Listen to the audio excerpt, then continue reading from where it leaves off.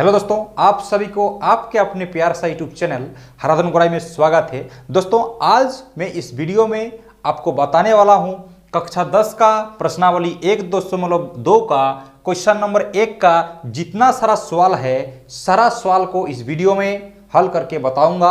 दोस्तों, उससे पहले अगर इस चैनल को आप सब्सक्राइब नहीं किए हैं तो चैनल को सब्सक्राइब करके बेल आइकन को प्रेस करके नोटिफिकेशन को ऑल में रखिएगा। इससे क्या होगा, हम जितना जल्दी वीडियो अपलोड करेंगे आपको नोटिफिकेशन तुरंत मिल जाएगा और सबसे पहले आप उसको देख पाएंगे। दोस्तों, आइए हम लोग क्वेश्चन को समझने का प्रयास करते हैं। दोस्तों, क्वेश्चन क्या है आप देख सकते हैं, कुछ इस प्रकार से है। देखिए, निम्नलिखित संख्याओं को अभाज्य गुणनखंडों के गुणनफल के रूप में व्यक्त कीजिए। तो दोस्तों, आखिरकार ये जो अभाज्य गुणनखंड है ये क्या है, सबसे पहले इसको हम लोग थोड़ा सा बेसिक चीज से समझते हैं। ठीक है, तो अभाज्य गुणनखंड को थोड़ा सा हम लोग समझने का प्रयास करते हैं। जैसे कि आपको 8 दिया गया है, अगर मैं आपको बोलूंगा कि 8 का अभाज्य गुणनखंड आपको लिखना है तो क्या कीजिएगा, सबसे पहले ये जो 8 है 8 का आपको एलसीएम करना है। ठीक है, तो देखिए कैसे होगा। तो 8 का अभाज्य गुणनखंड लिखने के लिए आपको 8 को क्या करना है, उसको छोटे छोटे टुकड़ों में विभाजित करना है, टूटना है। ठीक है, तो यहाँ पर 2 से देंगे तो कितना होगा वो बोलिए, 4 दूना कितना होता है 8 होता है। फिर 2 में देंगे तो कितना होगा, 2 दूना कितना होता है 4 होता है। तो ये जो 8 का जो अभाज्य गुणनखंड प्राप्त हुआ, अभाज्य गुणनखंड क्या प्राप्त हुआ, 3 × 2, अर्थात यहाँ पर 2 × 2 × 2, अर्थात ये देखिए 8 का ये जो है ये अभाज्य गुणनखंड है। अर्थात इसको अगर आप गुणनफल के रूप में व्यक्त करेंगे तो आपको क्या करना है, ये जो 2 है कितना बार है, तो आप बोलेंगे सर ये जो 2 है 3 बार है, तो अर्थात उसको हम लोग लिख सकते हैं 2 का पावर 3। 2 का पावर 3 का अर्थ होता है कि 2 को 3 बार गुना कीजिए, 2 × 2 × 2। ठीक है, तो दोस्तों आप इस प्रकार से हल कर सकते हैं। जैसे कि और एक छोटा सा आपको एग्जाम्पल देकर समझाता हूं। जैसे कि मान लीजिए 125 है, क्या है 125। सबसे पहले काम आपको यह करना है कि इसका अभाज्य गुणनखंड के रूप में लिखना है। तो दोस्तों आप कैसे लिखेंगे, तो आपको क्या करना है, उसके लिए एलसीएम करना है। तो एलसीएम जब कीजिएगा तो 125 का जो अभाज्य गुणनखंड आएगा वो कितना आएगा, 5 × 5 × 5, अर्थात 3 को 5 आएगा, अर्थात 3 को 5 आएगा। ठीक है, तो दोस्तों ये जो 5 × 5 × 5 है ये 125 का क्या है, अभाज्य गुणनखंड है। अगर इसको गुणनफल के रूप में व्यक्त करना है तो आपको क्या करना है, ये जो 5 है कितना बार है, आपको सोचना है कि 5 जो है कितना बार है, 3 बार है। तो आप लिख दीजिए 5 का पावर 3, अर्थात 5 को 3 बार, 5 का पावर 3 मतलब 5 को 3 बार गुना करना है, अर्थात 5 × 5 × 5। तो इस टाइप से आपको क्या करना है, जितना सारा सवाल दिया गया है ये सारा सवाल को क्या करना है, इस प्रकार से आपको हल करना है, सॉल्व करना है। बहुत ही शानदार तरीका से आपको सॉल्व करके एक एक करके दिखा दूंगा। वीडियो को शुरू से अंत तक देखिए, स्किप मत कीजिएगा। ओके, चलिए तो यहां पर देखिए, इसको साफ करते हैं सबसे पहले। तो आइए, जैसे कि पहला नंबर में क्या है, देखिए 140 है, तो आपको क्या करना है, 140 का आपको अभाज्य गुणनखंड के गुणनफल के रूप में व्यक्त करना है। तो सबसे पहले आपको क्या करना है, 140 का अभाज्य गुणनखंड लिखना है। क्या क्या होगा, उसके लिए आपको एलसीएम करना पड़ेगा। ठीक है, तो आइए हम लोग करते हैं। तो 140 का अभाज्य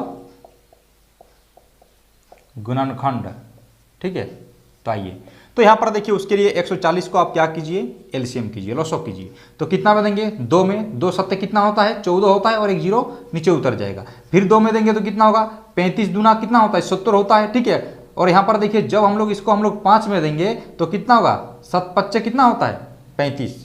ठीक है, 7 × 5 35 होता है। तो यहां पर जो इसका जो गुणनखंड प्राप्त हुआ, कितना प्राप्त हुआ, यहां पर 2 है और 5 है और 7 है, तो इसको आप लिख दीजिए 2 × 2 × 5 × 7। दोस्तों आप इसे इस प्रकार से भी लिख सकते हैं, ये जो 2 है कितना बार है, 2 बार है, अर्थात यहां पर 2 का पावर क्या कीजिए, 2 कीजिए, उसके बाद 5 और इंटू क्या कीजिए, 7 कीजिए। तो फाइनली जो आपका आंसर होगा आपका यही वाला होगा, राइट, सही होगा।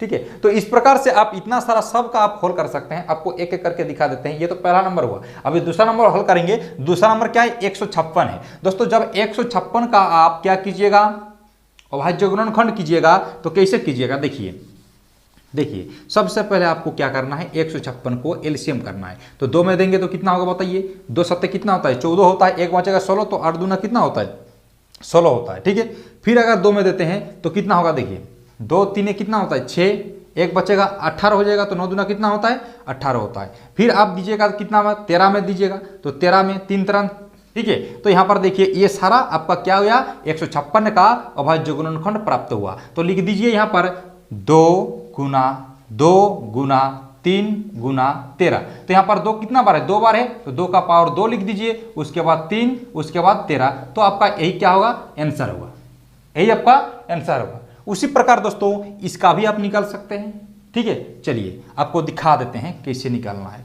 चलिए, तो यहाँ पर देख सकते हैं क्या है, 3825 है। ठीक है, इसका आपको क्या करना है, अभाज्य गुणनखंड के गुणनफल के रूप में दिखाना है। तो उसके लिए आपको क्या करना है, 3825 को आपको सबसे पहले अभाज्य गुणनखंड के रूप में लिखाना है। ठीक है, लिखना है। तो दोस्तों क्या कीजिए, ये तो 2 में नहीं जाएगा, ठीक है, 3 में जाएगा। तो 3 में देने से कितना होगा, देखिए 3 एकम क्या होगा, 3, 3 दूना 6, 2 बच जाएगा तो 22 होगा, 3 सत्ते 21 होगा, 1 22 और 5 15, 3 पच्चे 15। ठीक है, फिर देखिए 3 में देते हैं, तो 3 में देने से 3 देखिए 3 4 कितना होता है, 12 होता है।